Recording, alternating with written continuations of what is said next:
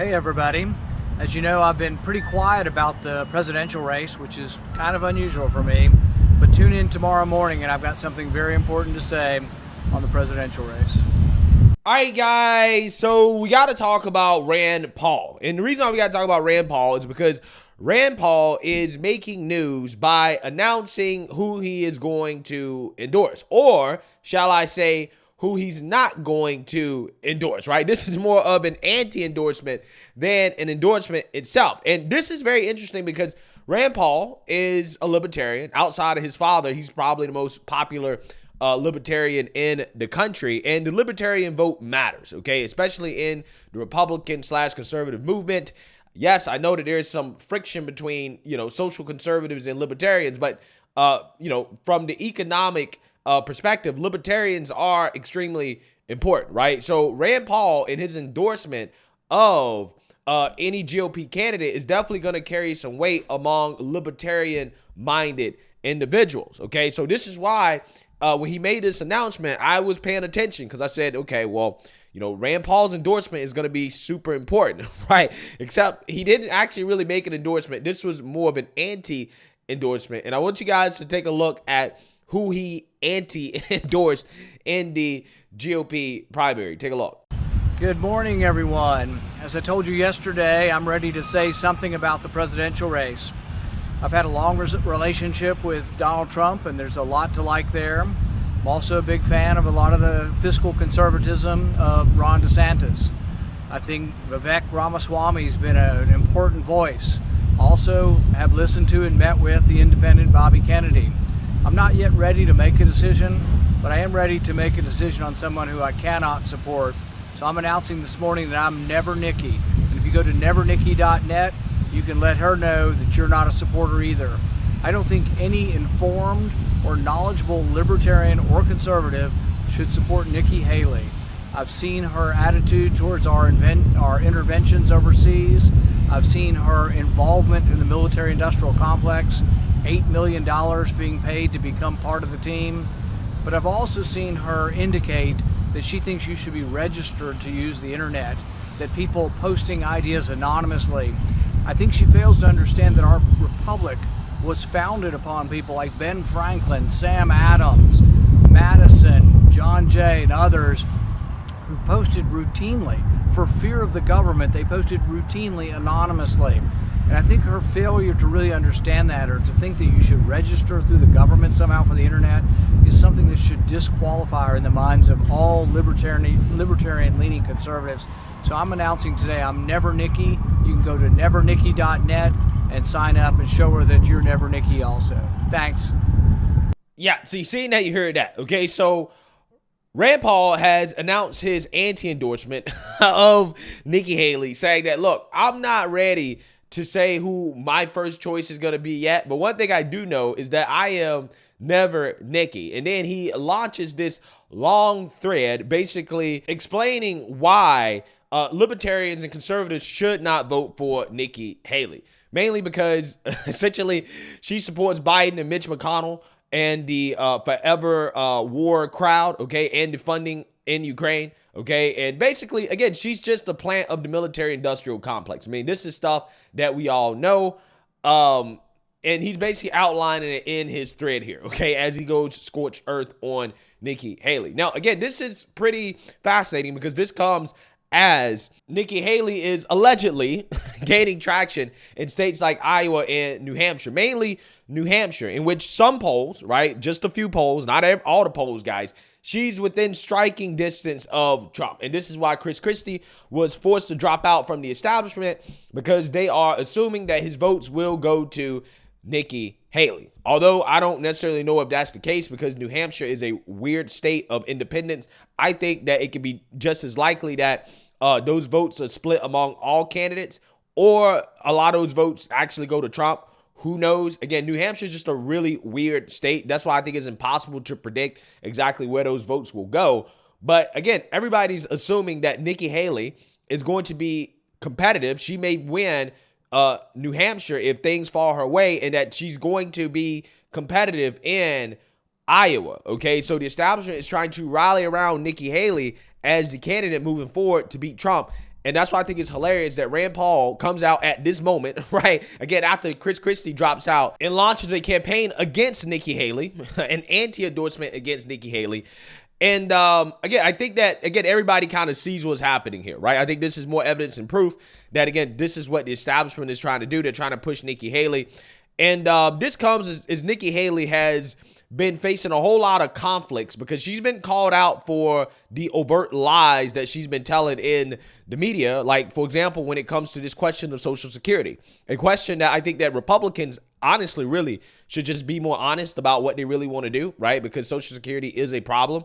And people like Nikki Haley, instead of just being honest about it and just standing on her policy, she's essentially flip-flopping in the worst and most awkward way possible. Take a look. Flashback. Are you on board with cutting entitlements in a big and meaningful way?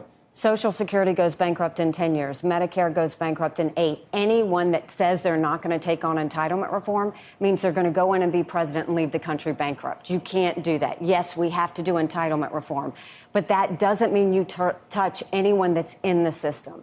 We should keep our promises. America should always keep our promises. But for everybody coming into the system, like my kids in their 20s, you change it. You say we're going to raise the retirement age to reflect life expectancy. We're no longer going to do cost of living increases. We're going to do increases based on inflation. We're going to limit the benefits on the wealthy. And we're going to expand Medicare Advantage plans so that we have more competition.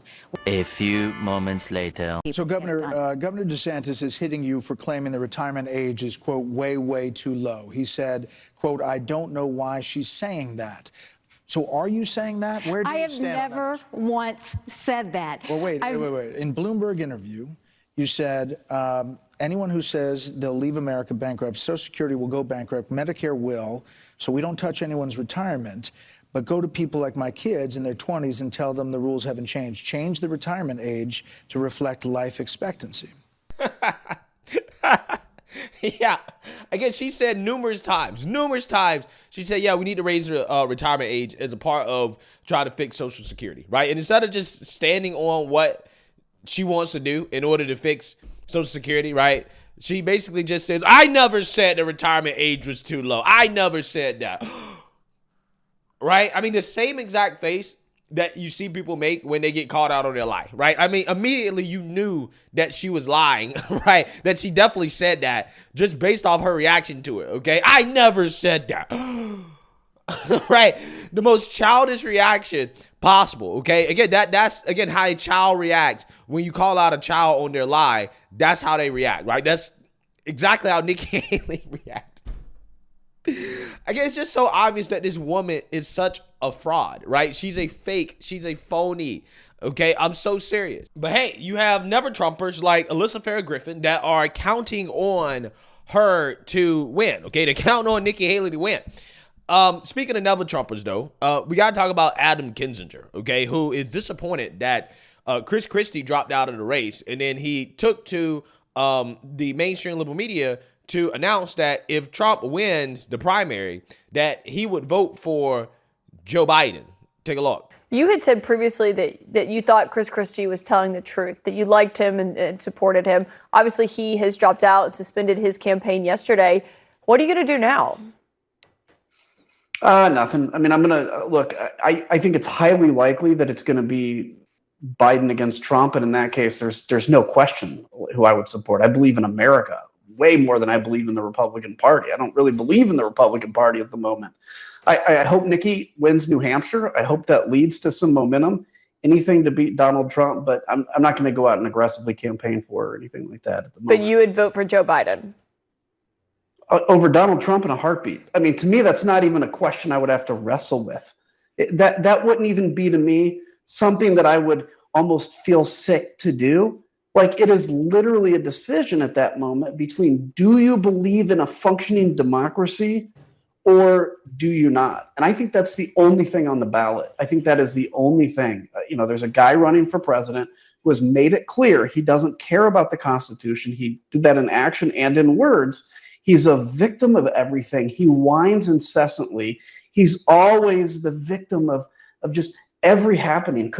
We can't take that for another 4 years. America's exhausted. And as much as I disagree with Joe Biden on some things, like, he doesn't hate democracy, and I appreciate that. Yeah. Joe Biden and Democrats don't hate democracy as they proceed to, once again, overthrow democracy in their own primary. Again, it's amazing how these people keep coming out here and talking about Democrats being for democracy and only democracy's on the ballot. And it's like, well, if you actually pay attention, the Democrat Party is actually anti-democratic. But, you know, I've beat that drum enough, right?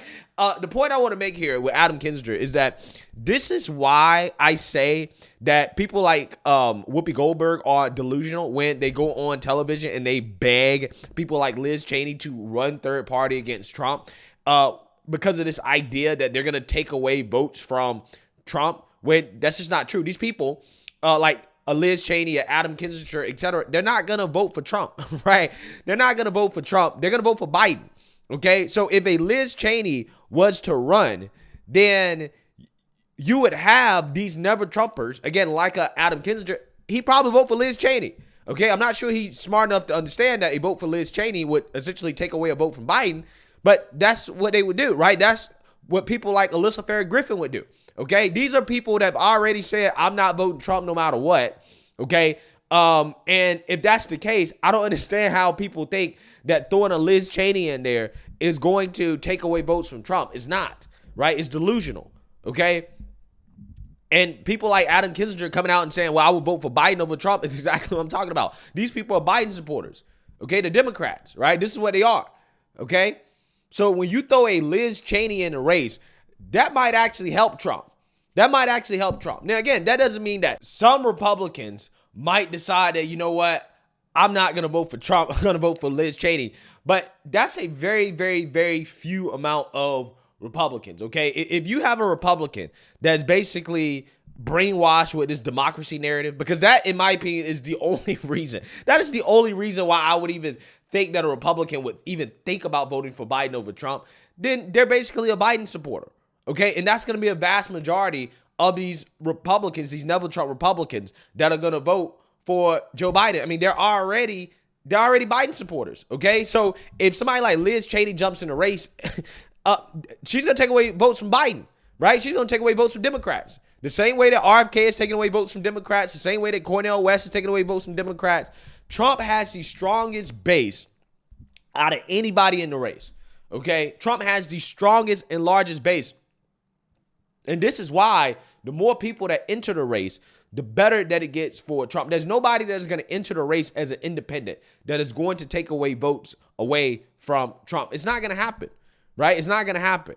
So unless somebody enters the race that's going to take away votes from Trump, which, again, is not going to happen, or at least I don't think so. Maybe, I mean, who knows? 2024 could be a weird year.